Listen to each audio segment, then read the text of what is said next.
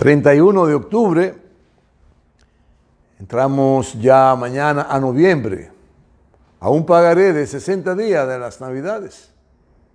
Claro, las Navidades ya empiezan a instalarse a finales de octubre, las viviendas, las amas de casa la decoran, la pareja la decoran, pero que no tienen que ser en estos tiempos amas de casa, ya hay parejas libres de todas las índoles, tiempos diferentes, vive el ser humano y nada, seguir arriando hacia adelante para que la carreta la llevemos a buen puerto.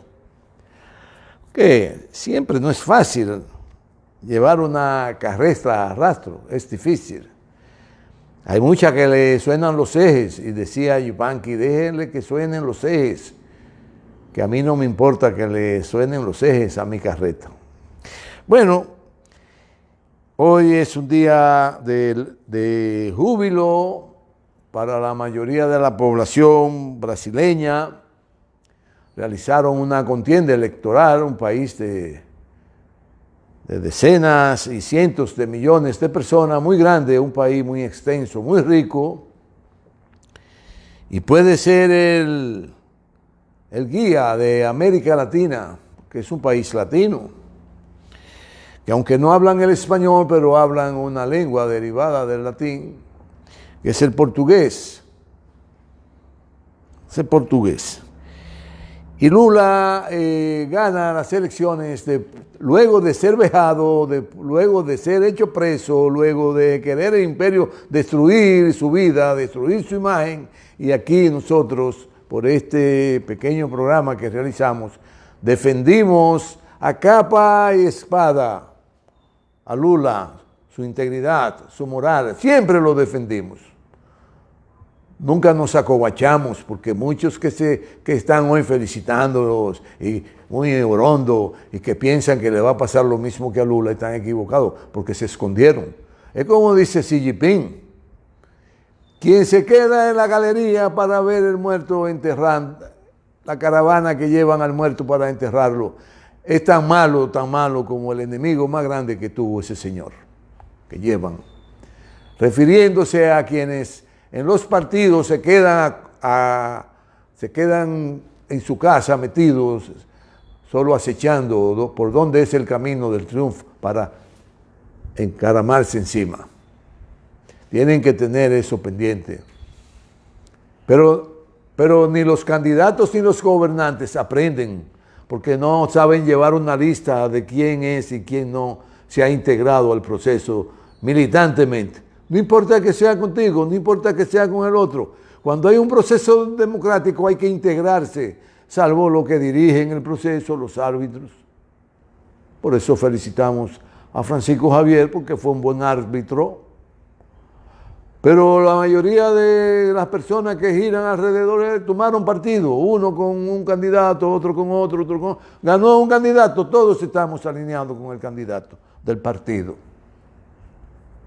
Hoy, que es Abel Martínez, como tiene que ser bueno, pues Lula le demostró al mundo su inocencia, le demostró sus capacidades, le demostró su amor a la patria, le demostró su amor a la nación, al progreso, le demostró que está dispuesto a luchar arduamente por el bienestar de los pobres, por sacar a los pobres de esa posilga en que se vive en la pobreza, llevarlo hacia adelante junto de mano con ellos, para que Brasil vuelva a vibrar en el mundo como una potencia importante y de primer orden.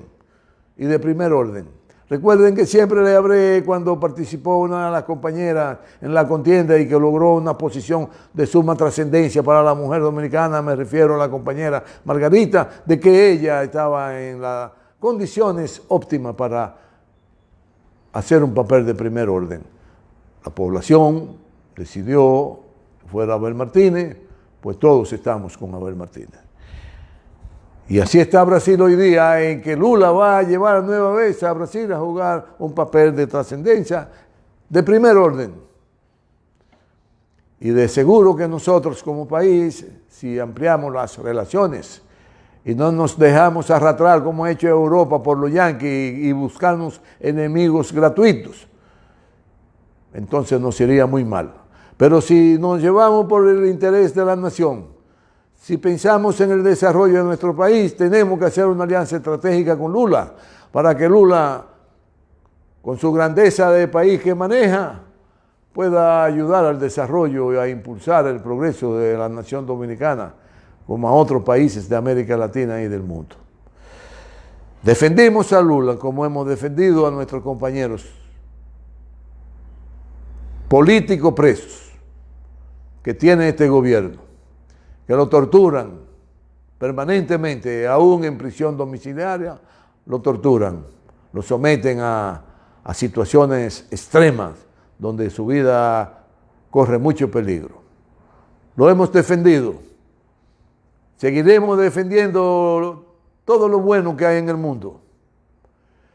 Y como Lula ganó esa contienda ayer, a quien lo felicitamos de corazón y sabemos que va a hacer un gran trabajo, sabemos muy bien que el PLD en el 2024 ganará las elecciones con su partido. Abel será el ganancioso. Bueno, queríamos hablar también someramente porque tenemos un tema muy importante que es el tema de Haití, sobre la reconstrucción de la carretera Duarte. Someter una carretera, una vía, una autovía de esa naturaleza, una reconstrucción, amerita unos estudios muy menuzados, todas sus particularidades que tienen que ver con esa carretera. Lo primero que debo decirle es que esa carretera se construyó tomando en consideración sus estudios la posibilidad de su ampliación. Por eso todo el área de la carretera fue tratada como si la base y la subbase funcionaran como una carpeta asfáltica completa. Por lo que la reconstrucción iba a ser una inversión mínima en caso de que alguien hiciera y tomara esa iniciativa. Y para esa reconstrucción necesariamente hay que hacer estudios importantes geológicos, geotérmicos, geofísicos, hidrológicos, cómo conducir las aguas lluvias al ampliar su carpeta, cómo hay que ampliar los drenajes, cómo hay que diseñar retornos importantes. Porque vayan a ver, yo oigo muchos dominicanos que hacen cuento, siempre lo digo por aquí. Ah, caramba, me pasé del retorno en la autovía 95 y tuve que seguir más de 20 kilómetros para encontrar el retorno y devolver. Porque no pueden hacer un retorno por donde le da la gana a la gente. Allá lo hacen, pero aquí no, aquí se meten hasta por la cañada para violar toda la carretera, la violan. La someten a una violación terrible y eso genera crímenes, porque al producirse los accidentes por esos motivos, eso es un crimen que se genera y que está implicado el ministro de Obra Pública, del que esté de turno, por no haber tomado los correctivos del lugar en lo que tiene que ver los retornos. Los retornos hay que hacerlo como tales. No que usted se devuelva violando las normas de buen desarrollo de esa carretera. Usted no puede. Usted no puede hacer un retorno, tapar la cañada de drenaje para usted meterse por ahí y caer a la otra vía. Eso es un crimen. Eso es un crimen. Bueno, pues para esa reconstrucción se necesita, luego de todos esos estudios, un presupuesto.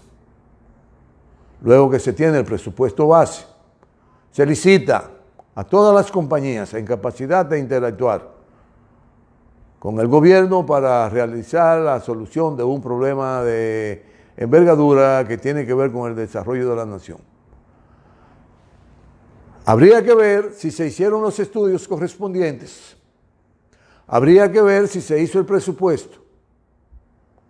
Habría que ver si se licitó con todas las compañías, porque hay una modalidad muy rara. Quiero que sepan que la ley de contrataciones es la trampa más grande para el desarrollo del pueblo dominicano, porque es una ley que solo favorece a grupitos que ya están enquistados en un país donde desde que llegaron los españoles aquí impera la corrupción. Imagínense usted que en estos tiempos modernos, donde se ha aprendido tanto a ser corruptos del imperio americano, del lobismo americano y de todo lo que se hace a base del lobismo y a base de dinero, ¿cómo usted puede pensar que aquí no hay corrupción? Bueno, pero se puede transparentar con leyes reales que no tengan como motivo principal favorecer a las élites.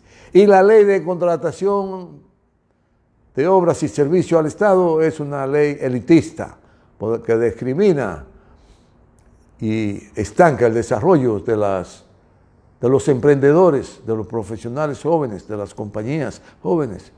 No hay manera de progresar.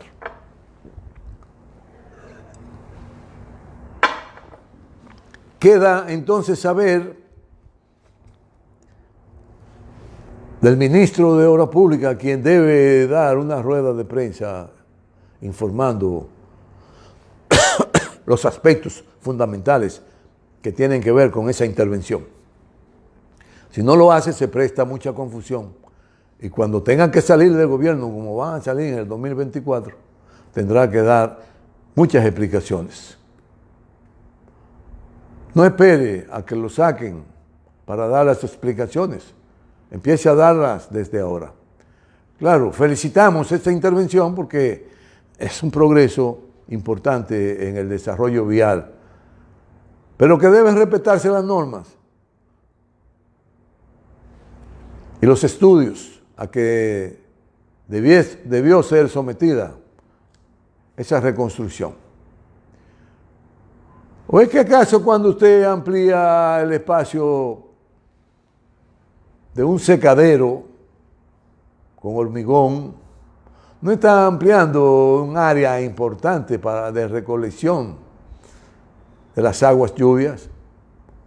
Y que usted tiene que estudiar por dónde va a canalizar esas aguas para que no destruya todo lo que usted ha hecho. ¿Acaso se ha estudiado seriamente el problema hidrográfico de la reconstrucción?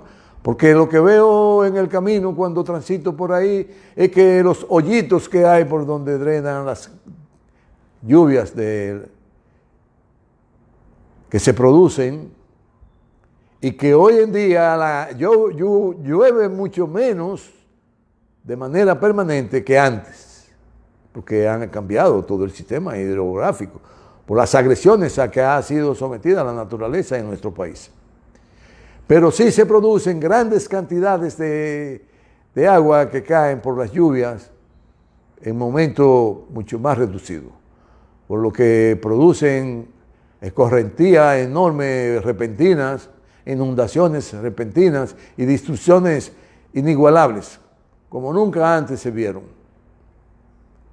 Bueno, que den las explicaciones y que digan si el asfalto se corresponde con el diseño que demanda ese tipo de carpeta asfáltica para resistir el movimiento de tantos camiones, de tantos vehículos en tan poco tiempo.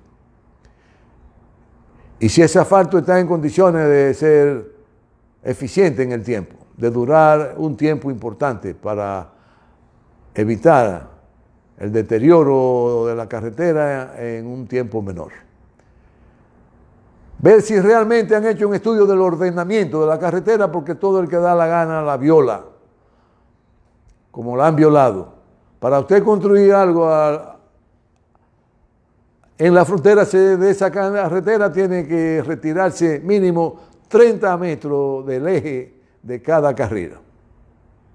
Es decir, que son dos carriles, 30 metros del lado izquierdo y 30 metros del lado derecho del eje.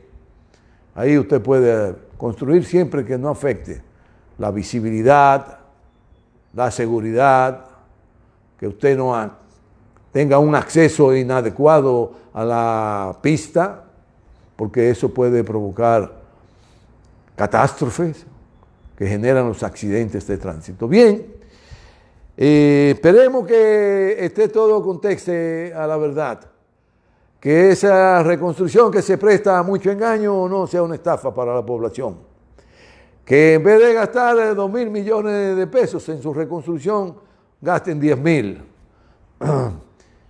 y que en vez de darle la participación a una sola compañía, porque supuestamente está todo amarrado porque esa compañía se ganaron los concursos determinados para darle mantenimiento en el aspecto que sea la intervención a la vía, estén obligados a dársela a una compañía.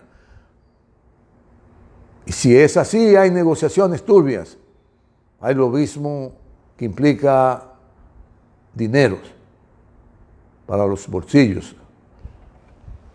Muy bien, así que esperemos que sea de buen gusto para todos nosotros, que sea una obra de interés importante que se realice con la menor inversión posible, con la mayor seguridad posible y con el cumplimiento de todo lo que tiene que ver con las normas de construcción y ampliación de una carretera de esa naturaleza que están establecidas en las normas que rigen el buen desenvolvimiento de la ingeniería. Bien, el otro tema que tenemos es muy importante, el tema haitiano,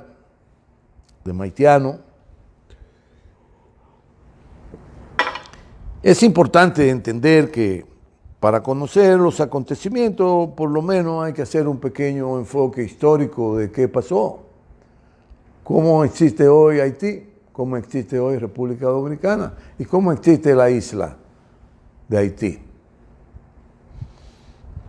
que los occidentales le llaman la isla, la española, que se creen la madre patria. Haití es una isla aborigen, en su principio llamada por los aráhuacos, que eran los taínos, los caribes, etnias que ocuparon la isla miles de años atrás y consolidaron una civilización a imagen y semejanza de sus descendientes que procedían de Sudáfrica, de Sudamérica, de América del Norte y procedían de Asia, en el recorrido de las migraciones humanas, en procura de tener mejores maneras de vivir, que es lo que generan las grandes migraciones. Entonces la isla significa, el nombre taíno, el nombre de los aborígenes, tierra de montaña, tierra alta. Estuvo ocupada por 5 cacicazgos. Cada cacique gobernaba su región y de cuando en cuando se producían contradicciones que generaban conflictos entre las etnias que iban consolidándose en la isla. En este caso, los taínos y los caribes. Los caribes que empiezan a llegar mucho más tarde que los taínos, quieren ir ganando terreno y eso generó muchas veces conflictos. Y hubo guerras entre esas etnias. Pero todo se fue normalizando hasta que en el siglo XV un gendarme español sale en procura de encontrar nuevos territorios y colonizarlos. Pues así sucedió. Llegaron en el 1492 y colonizan la isla. De una manera bestial, de una manera indolente, de una manera a la altura de los colonizadores, de exterminio de sus poblaciones. Luego que enfrentan los habitantes de la isla a los taínos y a los caribes y lo diezman. Imponen un sistema de esclavitud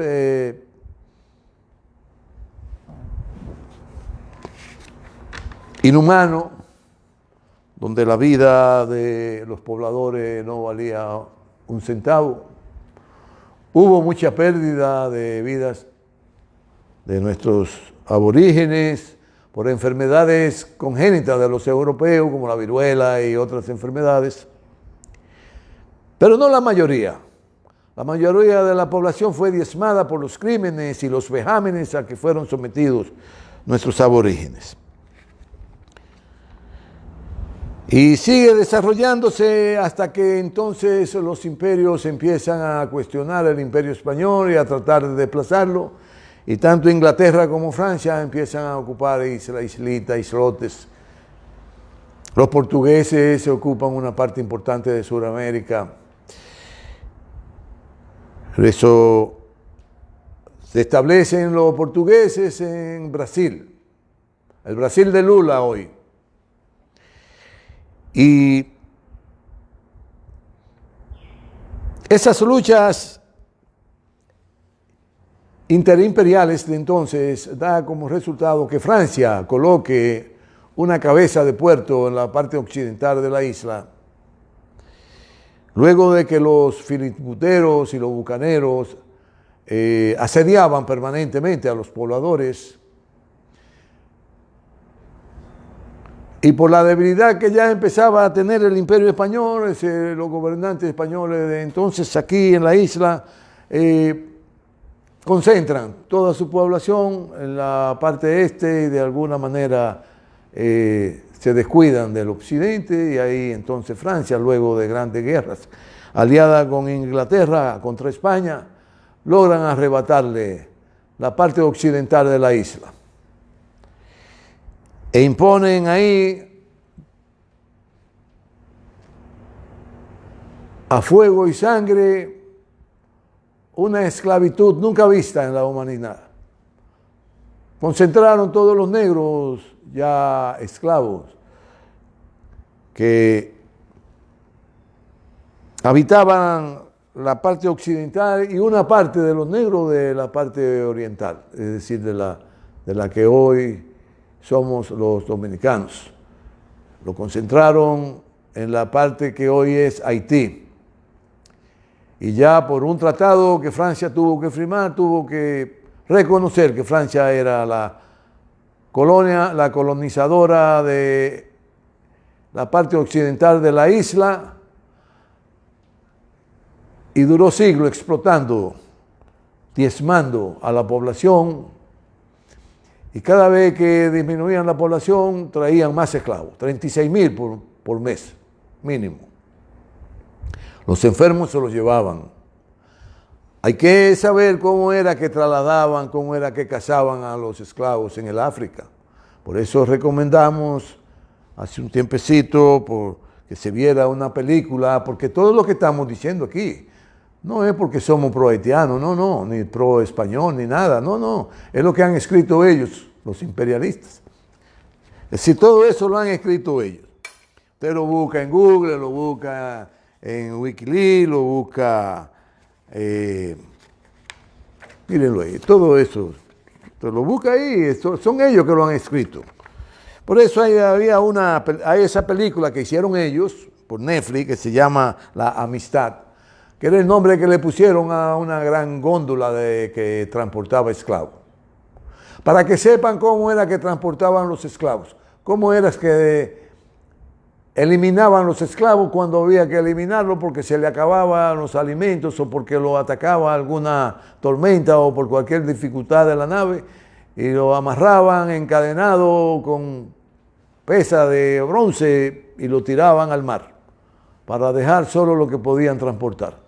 Por eso decíamos que de cada 100 esclavos que transportaban, alrededor del 40% llegaban con vida, no con salud, pero con vida a su destino. Y dentro de lo más grande de la potencia más grande esclavizadora que ha dado la humanidad, estuvo España, Francia, Inglaterra. Inglaterra se deshizo de esa actividad y luego Francia también. Y España no le costó más remedio que venderle a Francia todos los esclavos que tenía aquí para poder subsistir un tanto.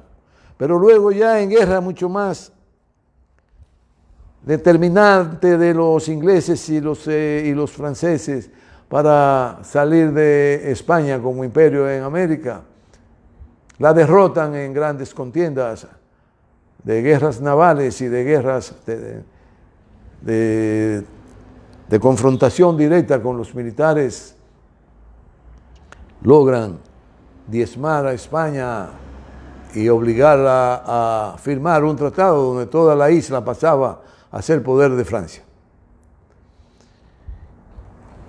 Bueno, a partir de entonces ellos arrecian la esclavitud, los métodos más inhumanos para el trato a esos seres humanos y estas acciones que son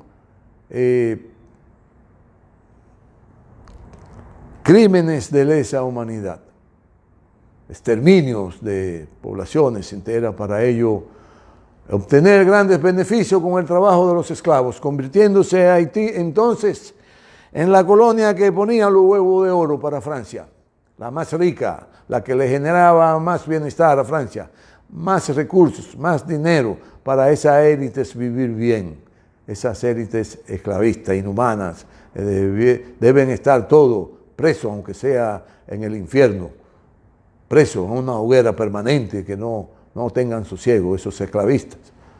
Eso es nuestro deseo.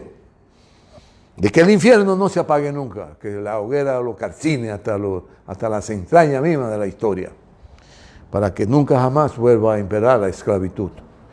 Bueno, y todo esto va generando en esa población haitiana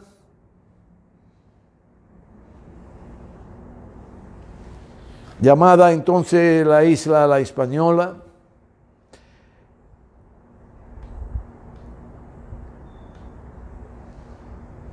una repulsa enorme de los esclavos contra sus esclavizadores. Y se dan grandes conatos de revueltas de los africanos contra la dominación esclavista francesa. La mayoría fueron subyugados, fueron derrotados.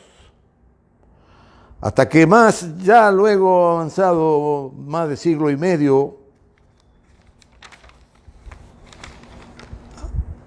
reitero que esa parte occidental estuvo poblada por los Casicagos, Marién y Jaragua, de occidente de la isla. Ya para más adelante de un siglo y tanto, que surge un iluminado intelectual, esclavo, Toussaint Louverture, y estudia de cabo a rabo la conducta de los esclavos, las dificultades de los esclavos, las necesidades en el momento imperante para unificar a los esclavos, porque no se entendían, todos hablaban dialectos diferentes.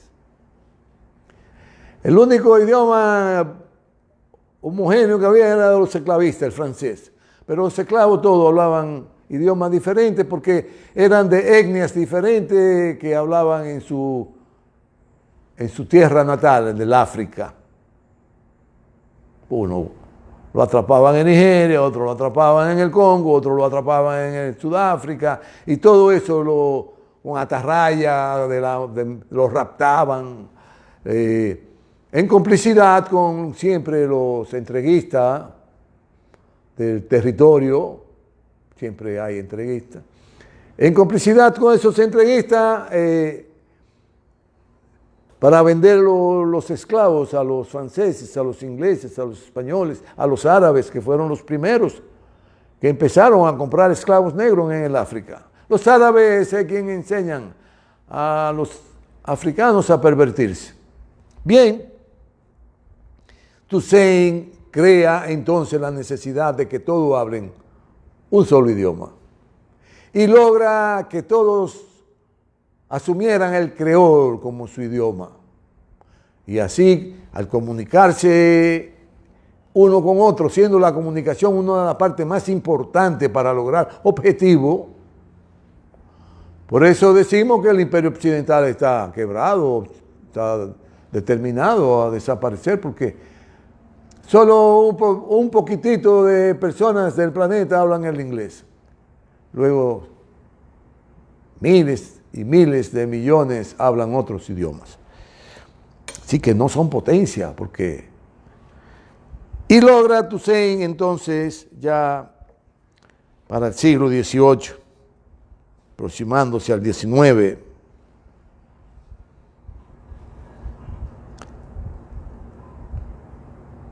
impulsar una sublevación indetenible. Tenía comandantes aguerridos, con conocimiento y dominio del arte de la guerra extraordinario. Pero todo esto luego de todas las aberraciones, de todas las violaciones, de todo el debacle que le impusieron a esas etnias que procedían del África, porque la nativa la diezmaron, aunque siempre queda, como dice el presidente López Obrador, siempre queda, siempre dejan algo, no se lo pueden llevar todo. No pudieron matar a todos los aborígenes, no pudieron.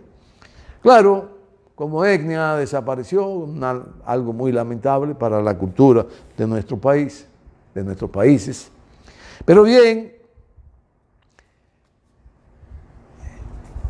al unirse por el idioma todas estas etnias africanas, dirigida por Toussaint, empiezan a ganar un terreno enorme y empiezan a enfrentar a los esclavistas con eficacia y con éxito. Bueno, pues ya para 1790 y tanto, Toussaint libra una gran batalla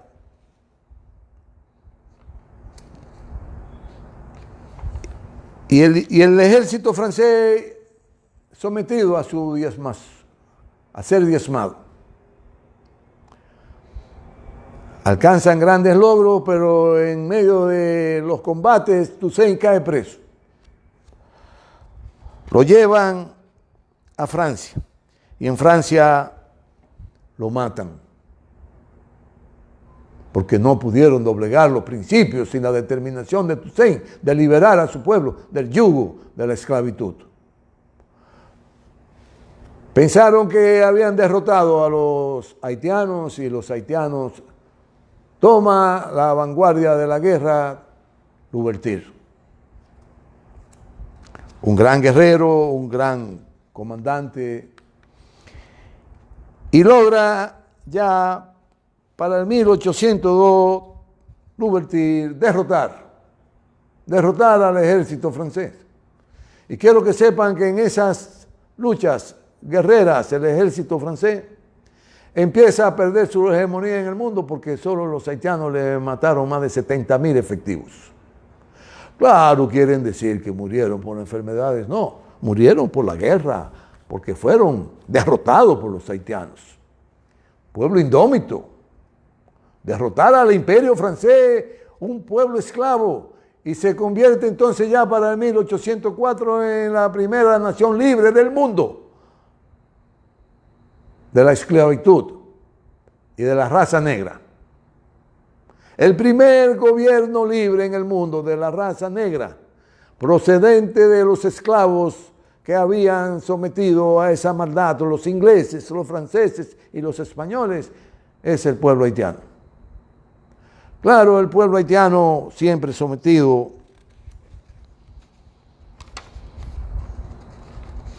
de haber sido la gallina de oro de ese imperio,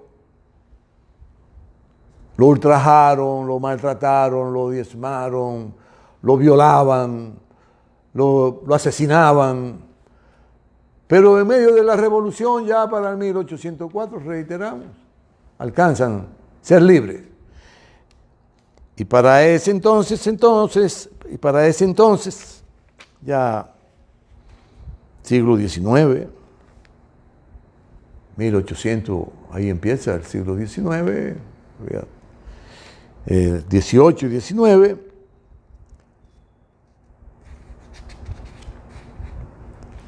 Al extremo de que hoy día todavía la ONU celebra el 14 de agosto del 1791, que es cuando inicia la gran revuelta, una ceremonia para recordar el logro de la liberación de la esclavitud en América por parte de Toussaint y de Dessalines.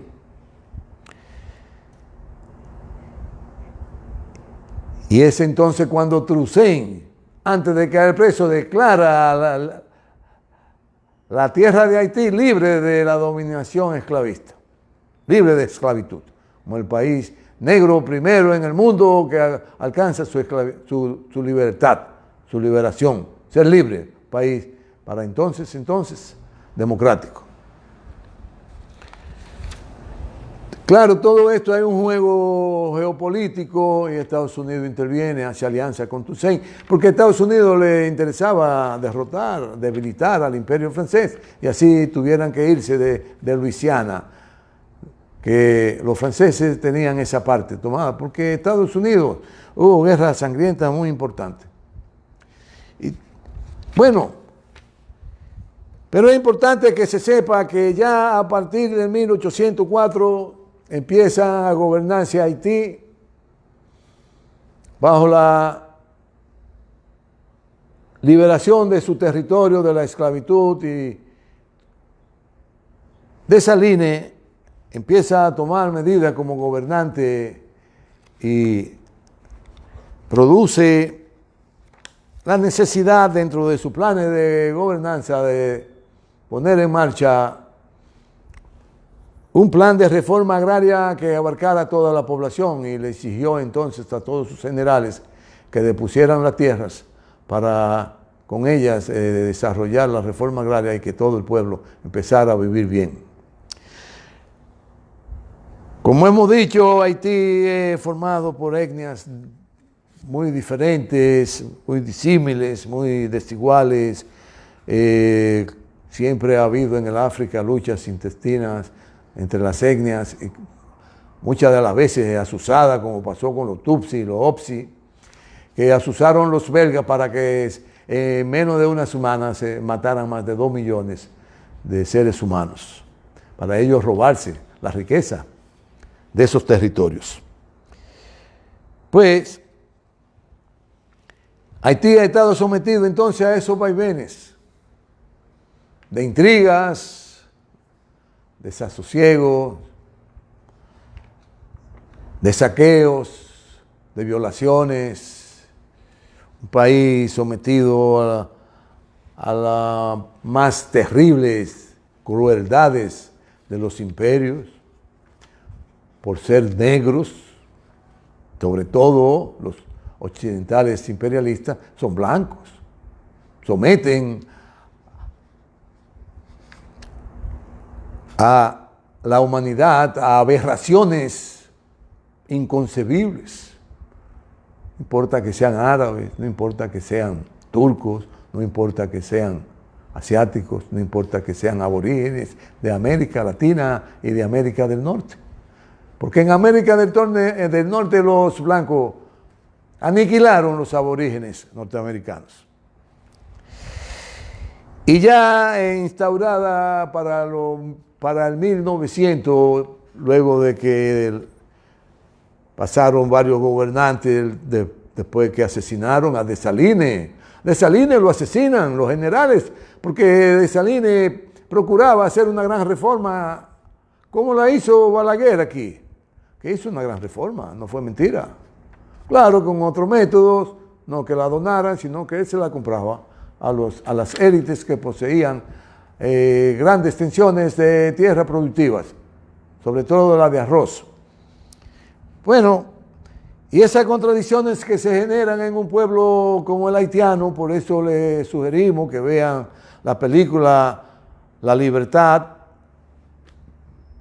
que es una nave de transportar esclavos, donde se cometen crímenes aberrantes.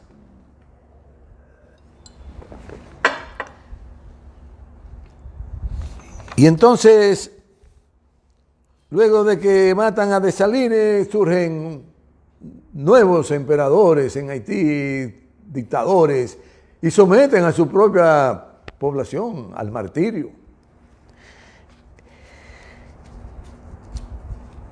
Y al llegar los norteamericanos en el 1902, toda la riqueza que tenía Haití depositada en oro en su banco es robada por el Citibank.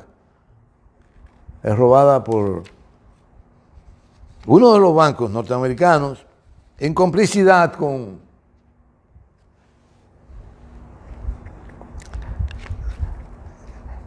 el sistema de valores que ellos tienen, de Wall Street. Ya para entonces se robaron una cantidad enorme de miles de millones de dólares. Amén de que el pueblo haitiano es sometido de manera infernal a tener que pagar una cuota por alcanzar ser libres. Donde se le impuso a Haití, luego de ganarle la guerra a Francia, a la obligación de pagar más de 90 millones de francos de entonces. Estamos hablando de miles, cientos de miles de millones de dólares hoy día. Tuvieron que pagarlo en situaciones muy difíciles como gobierno independiente para tener la capacidad y pagar esas deudas. Tuvieron que hacer muchísima diablura para producir y ver cómo pagaban. Por eso surge luego Estados Unidos como el imperio que domina Haití, lo invade, primero lo saquea, le roba su riqueza, luego de haber venido aquí a ocupar a la nación dominicana, ocupan Haití. Duran 19 años saqueando a Haití, como lo saquearon los ingleses, los franceses y los españoles, donde a la isla todas sus riquezas en madera, en oro, en cultivo, todo lo que producían, toda su riqueza humana, fueron robadas y diezmadas. Y hoy día Haití, entonces, la situación es igual, es igual. La insidia, las desavenencias, los intereses grupales de los grandes capitalistas haitianos, de los grandes capitalistas del imperio occidental, de las grandes riquezas de Haití que quieren saquear, que quieren seguir saqueando, que mantienen esa vida de insidia entre el pueblo, de que matan a los presidentes en complicidad con esas potencias y con sus vecinos. Porque ¿cómo es posible que aquí se permitiera que todos esos colombianos que fueron a matar al presidente Juvenal se pasearan aquí como héroes nacionales, colombianos, criminales a sueldos? ¿Cómo es posible? ¿Por qué fue la llamada intempestuosa del presidente Hipólito Mejía al presidente Luis Abinader para reunirse de urgencia, argumentando que los funcionarios no le cogían la llamada? ¿Ustedes creen que ese es un tema para que un presidente convoque a otro de manera urgente a dilucidar problemas de suma importancia? No, el problema de la infiltración que hubo aquí de esos criminales que mataron al presidente Juvenal de Haití. Bueno, eso genera situaciones difíciles, porque eso no se da solo, eso se da en complicidad con sectores, de anarquizar una nación, de diezmar una nación, de llevarla a la posición extrema para luego saquearla, para luego usar toda su riqueza humana y explotarla. Claro, hoy día hay una diáspora haitiana en el Canadá, en Estados Unidos, en Francia, de millones de haitianos. Y en Santo Domingo, en la República Dominicana, hay una cantidad enorme de dominico-haitianos, que tienen el derecho de ejercer su determinación en una urna para quién quieren ellos para presidente. Bueno, recuerdo de una anécdota que me hizo un gran intelectual de aquí junto a su esposa, que tuvieron una conversación con el presidente Balaguer. Y tuvo la osadía esa intelectual de preguntarle al presidente Balaguer que si era verdad que él era anti-haitiano. Balaguer, como siempre, con su accionar parsimonioso, baja la cabeza y se ríe. Y le dice, ¿cómo tú crees que un presidente que logra la mayoría de votantes con la votación de ese pueblo puede ser anti ese pueblo? Si que él ganaba las elecciones con el voto haitiano. Bueno, hay que hilar fino, porque la cantidad de votantes dominico-haitianos sobrepasan los cientos de miles. Y miren, qué ironía. Lula gana rayando la posibilidad de ganar. Sí que rayó la posibilidad de perder. Por poco pierde. Por 1,5 puntos gana Lula. Por lo tanto, las campañas electorales hay que ser objetivos. Y sobre los haitianos, finalmente, vamos a decir, para concluir con nuestra intervención de hoy, a quien le damos las gracias a todos ustedes, a los que siempre nos comparten este momento, se lo agradezco, se lo agradezco. Tienen que compartirlo en el canal de YouTube para que seamos más, tengamos más fuerza. Bueno, debemos, sobre la base del desarrollo que nosotros hemos alcanzado, que de alguna manera tienen que ver mucho el pueblo haitiano, porque es nuestro socio comercial número 2 de importancia. Primero Estados Unidos, que hay que hilar fino con Estados Unidos, porque si no morimos por inanición.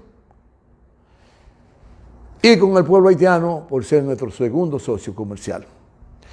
Si hemos alcanzado entonces ese desarrollo, tenemos la obligación de procurar de forma ordenada y planificada que ellos progresen junto con nosotros, mediante planes de desarrollo, planes claros, que se discutan en la mesa, donde todos los puntos se pongan en las IES,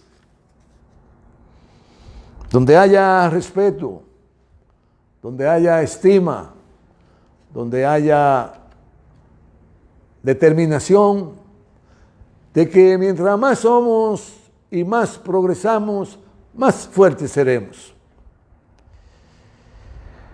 Una mesa de planificación y desarrollo es lo que nos va a permitir vivir mejor. Ellos allá, por su cultura, por sus pasiones, por su religión, por su idioma, por su forma de hacer la cotidianidad, y nosotros aquí con nuestra cultura y con nuestras formas y pareceres, con nuestros objetivos, pero unir los esfuerzos, mancomunarnos para crecer allá y para crecer aquí. No con la insidia y con el odio como quieren algunos, sino con la determinación de que haya progreso en los negocios, de que haya progreso en la ciencia, de que haya progreso en la sociedad, tanto allá como aquí, y con un respeto inigualable, inclusive llegar a la reverencia de reverenciarlos a ellos y ellos a nosotros, y entender que nuestras culturas son lamentablemente paralelas, pero que hay muchos puntos coincidentes que son los importantes para seguir andando hacia adelante y procurar el progreso, el desarrollo y el bienestar, pero de toda la isla, ellos allá y nosotros aquí.